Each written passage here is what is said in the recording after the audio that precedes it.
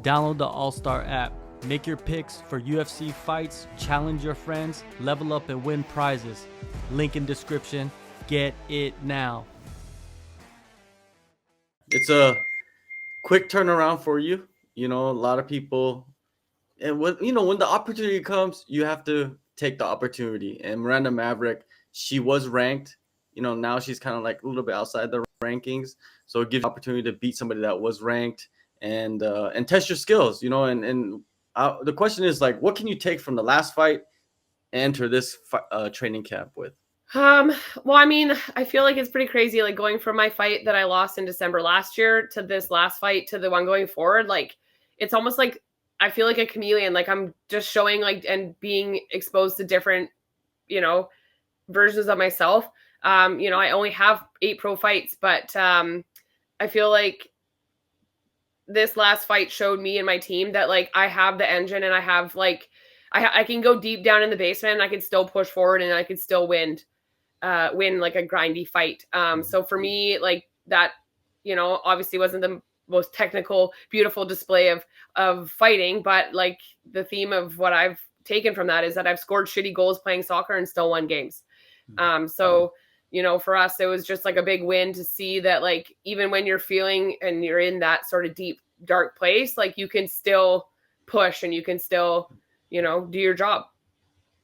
Yeah. And, that fight, you go from losing a split decision to winning a split decision. So when you're sitting there waiting for the judges to announce the winner, I'm pretty sure you were confident that you won the fight, but man, the splits, they got to be. Yeah, I mean, it's tough. Like, no matter what it is, a split, even any sort of decision, any full round fight, you just never know what the judges are looking for, or who's sitting in the corner that night. Somebody's got control time as their favorite thing, or damage. And unfortunately, there wasn't a ton of damage in that fight. So, there was a couple takedowns. And like, when you look at the tail of the tape, like, equal on the strikes. I had a few more significant strikes, and then like takedowns were equal. The control time thing is something I'm still a little bit like unsure about, just because they gave that 3.5 minutes of me holding her in the armbar control time to her, which I just don't really know how that works. But that 3 minutes of control time was on her end of the 7 minutes of control time for the whole fight. But during that time there was no damage inflicted and whatever. But yeah, so I'm still learning, sort of the things. Definitely don't want to leave it into the judges' hands, but earlier in my career turning a pro, I had all these finishes and stuff, and then coming into the UFC, it's not been the case. It's been some split decisions and some unanimous decisions, but you're also fighting the best of the best, and and unfortunately each fight is going to be a fight. Your opponent Ivana, after the fight, she released like this Instagram post of her kind of breaking down and like, taking the loss pretty tough, to be honest with you. Like, I don't think I've seen a fighter take a loss like that publicly, in a long time. Like, what kind of advice could you give to her? You know what I mean? I feel like it's like a per person basis. I feel like I took my loss to Veronica, pretty it was my first loss ever, and I took that loss and I was like, oh shit, like I didn't really know what to do. I took a long time before I even went out on social media. I'm a pretty big believer in like letting things stew and like really like being methodical before you post emotionally. And I think that would be my biggest advice, is just like try not to be emotional. You know what I mean? Like my dad always said little things like growing up, like there's no point of crying over spilt milk, and like the decision's been made, and like going out there and like posting an emotional post is not necessarily going to change the end result. And it might have made her feel good, and I can't take that from her. Maybe that's what she needed to like get the weight off her back and her chest. But when a fight is as close as it is, like Veronica's and I, the same thing. Like arguably that fight could have gone the other way. I could have won that fight, you know what I mean? And a lot of people felt that I maybe did. So there's when it's that close and you feel like maybe you've done enough, maybe that's what she needed to heal, and I can't take that from her. But my advice is try not to post when you're emotional. Yeah, you make a great point. Everybody heals differently. Nobody heals the same way, right?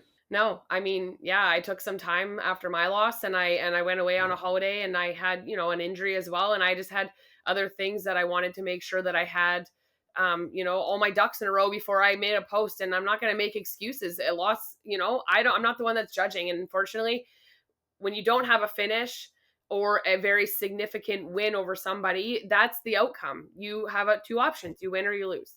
And experiencing that last loss, I learned a lot, and I didn't learn enough, I guess, to not just go back to another split decision. But I did learn a lot about myself, and that I'm willing to die in there, and I'm going to push to the bitter end. And, the outcome is whatever it is, but I can walk out of that cage like I did in December 2nd, but this time knowing that I left everything that I had in there. The night before, we had a team debrief, and my strength coach, as well as my striking coach and my grappling MMA coach, were there. And my strength coach said to me, I have two things. I want you to trust in your fitness, and I want you to leave everything you have in there. And I did. I did my job on his end. And, maybe my striking coach, I didn't get to do enough on his end. But that's kind of the fight that we prepared for. There was like a little documentary that came out. Carlos and Chewbacca basically wrote a video essay, and he followed me the entire 3-4 weeks of the last bit of my camp. And that, unfortunately, wasn't going to air unless I won my fight. And when I won my fight, and it did, and when you watch it, knowing that it was the lead up to the fight and how the fight went, and then seeing that come out, it makes complete sense why the fight went the way it went. We were preparing for that. We knew that that grind was going to be there. Again, the emotional parts of being an athlete. I got exposed some of the normal feelings that most people don't see. They see the hardworking guy hitting pads. They see the guy and the girls grappling and the team photos after, and being in shape and all jacked, but maybe they didn't see the 45 minutes or hour before that where they're getting beat up and they're questioning, why am I doing this? And they're just exhausted. And being a professional athlete comes with roller coaster of emotions. Some people are good at hiding it, some people aren't. But I think it's completely healthy. And I'll go back to that sort of first question, that I think it's completely healthy to heal in your own way. And everybody's process is a little different, with the same outcome and the same goal. Yeah, I like the video of it was so revealing, because you would be between sessions and you would just be venting your frustration to the coaches, and you don't really ever see it. You watch a UFC countdown, you're not going to see stuff like that. No, because I feel like some people, and I don't want to say aren't authentic, but they take parts of it to make it look a certain way. And unfortunately, this video essay I had no control over, but I gave full control to Carlos, and I just said, you know what, you do what you want to do. And then he asked for permission. Do you mind if I post this stuff? And I was like, yeah, you know what, this is the real raw parts of being an athlete. And I've always been a very transparent person, and a lot of my friends love me and hate me for it, but I just speak my mind and I speak my truth. And I think in another video podcast that I'd done interview, someone asked me what my biggest pet peeve was, and it was people not being truthful. And I'm not going to lie and hide. I don't care that people see that I get a little bit emotional here and there. That's just a part of it. And that's how you grow, is you sort of freaking vent, and you get it off your chest, and you purge. And sometimes purging your emotions are completely healthy. Definitely. And, you get the win, the documentary comes out. Will there be more documentaries? Is that what you guys are working on more stuff? I mean, I could see that more of it coming out. I think for Carlos, and I think for, the team, it was a passion project. And, it started out with the theme of striking and MMA, and how a striking coach in a kickboxing based gym and striking can be a part of MMA, and how they correlate. And it sort of just kind of evolved from there, and the symphony of the fight. And then he just started sharing. It just became a big thing. And I could see there being more to it, because there's so much that goes into being an MMA athlete. Sometimes we make jokes about how it'd be so cool to just be a soccer player or just a hockey player. And they not disregarding the work that it takes to be any sort of professional athlete, but just being a mixed martial athlete, it's there's just too much. Yeah. There's boxing, there's kickboxing, there's Muay Thai, you know what I mean? It's you got to do strength and conditioning. And then it's yeah, there's a lot that goes into it. And I think, I feel like maybe I can show some people that it's okay to show a little bit of weakness in training, and you can evolve from that. So maybe I am helping somebody by letting some of my vulnerable parts of me out there in the world. so You be it. definitely, you definitely are. You definitely are. And yeah, like other sports, it's like skill training is like one day of the week. It's every day of the week in MMA. Every day. There's 5 days, 5 different martial arts, and you're just trying to figure out which one goes where. Yeah, wild, wild. Let's get to the fight. Miranda Maverick, huge opportunity. What do you think of the fighting style? What do you think of her? I mean, I'll start at the top. It's another southpaw. I feel like I've had like 4 or 5 of those. My last fights have all been southpaws for the most part. A shorter opponent, which is like what I'm very more used to, and that's kind of how I started out my pro career, was fighting all shorter girls. I feel like for the most part, besides a few of us, I'm pretty big for the 25 division in some senses. And a great opportunities come from it. I got offered this short notice fight. I got out of my last fight uninjured. My engine's primed and ready to go. I signed another contract, so I've created job security. And I'm fighting somebody that's ranked significantly higher than me. So for me, it's a good test. And I'm just excited to get back in there. And I haven't ever had a quick turnaround like this. So I'm excited to see how the body does, what the mind is. I feel awesome, and I'm excited. I'm excited to get in there. You get done fighting, your body's still in fight shape, right? So you get this quick turnaround. It's easier. Do you feel like it's easier to get your body kind of like back into that rhythm? Yeah, I mean, so far these last 3-4 weeks of 3 weeks, I guess, since we found out, have felt great. I took a week off, just sort of deload, just kind of do things I want to do, just go in and drill when I'm ready, and walk the dog and just sort of recover. And then I've had the best training sessions. Like, I've had teammates that I, would never have a call me in these last weeks being like, man, that was like the best I've ever seen you at kickboxing ever. And my coach too, being like, this is fucking awesome. Like, you're firing on all pistons. So, maybe a quick turnaround is something that I need. Not that I, get out of fight shape per se, out of fight camp. I'm always an athlete, no matter what it is, 24/7, 365. No matter what sport it is, I'm always doing something, but it's just different. Like, fighting's just different. Like, I've come from soccer and I've done martial arts and been like, holy shit, this is hard. So it's like, to stay like redlining 24/7 is not easy. Obviously people like to like put a little bit of weight back on and stuff. So that's another part. So for now, I've maintained a nice, decent weight for this next cut. And like I said, the body's like in prime shape for fighting. So I'm excited to perform at a quicker turnaround than a year in between each one. And you mentioned that she's a southpaw. You fought a bunch of southpaws. You feel like the experience of fighting the southpaws is kind of like accumulating here for you in this opportunity against like a higher level competitor. Yeah, I mean, for sure. I don't have no doubt that the more I do it, the better I'm getting at it. You know what I mean? I think that kind of comes with like sort of just like training repetition, and that repetition has just been continuing. And like, like I said, like I'd fought somebody and then it was like almost a year to the day. It was like 11 months to this last fight from Veronica's. And before that, it was like 7-8 months or whatever. So for me, I think that having these fights so close together, it's quick on the mind, and it's fresh, like I wasn't just training southpaw or training against southpaws from the time I finished fighting Veronica to this last fight. I was training against orthodox fighters, which I think is awesome and obviously beneficial, but having such a quick short turnaround, it's just been southpaws. So it's like, that's just like imprinted in my mind. You know what I mean?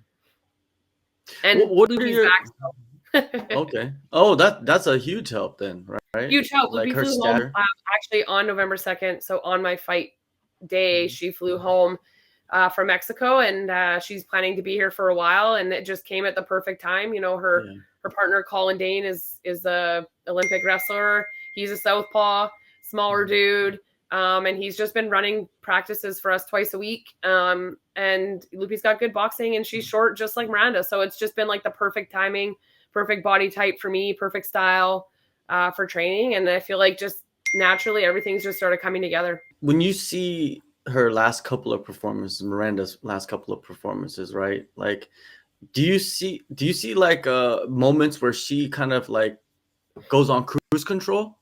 Yeah, for sure. I mean, I've watched her fight with Jasmine, and actually that fight that happened last year in Vancouver, we were at that card. we anticipated, like my coaches looked at that fight, because if something had happened to Jasmine, by God's good grace, whatever, maybe we would have stepped in and taken that fight then, you know what I mean? Being in Vancouver and 25er, etc.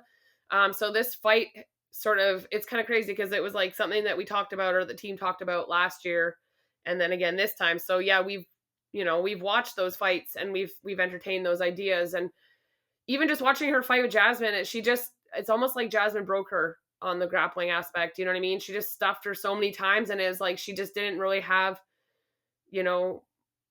much else to offer. They wanted her to strike with Jasmine, and I felt like Jasmine was getting the better in the striking too. It was kind of like Jasmine sort of took away her main prime like resource, and then she had to resort to her plan B, and then plan B was really not benefiting her. So but like everything, it's a fight, and everybody has their days and so forth. So, but yeah, we've definitely noticed, some weaknesses and some avenues. And like I said, my coaching staff is confident, and they think that this is a really great fight for me. And it's a very winnable fight, if we can stay the course and implement the game plan. It's also going to be nice to go to Florida at the start of winter. Freezing here in Squamish, outside of Vancouver. It's really cold here. Okay. And Edmonton was snowing on the day of my fight. It was pretty cool. So it was chilly. And then to go to Florida, it's like 30 degrees right now. So it's like kind of like yin and yang. Mm-hmm. But it's nice, right? That you don't have to pack as much clothes and stuff like that.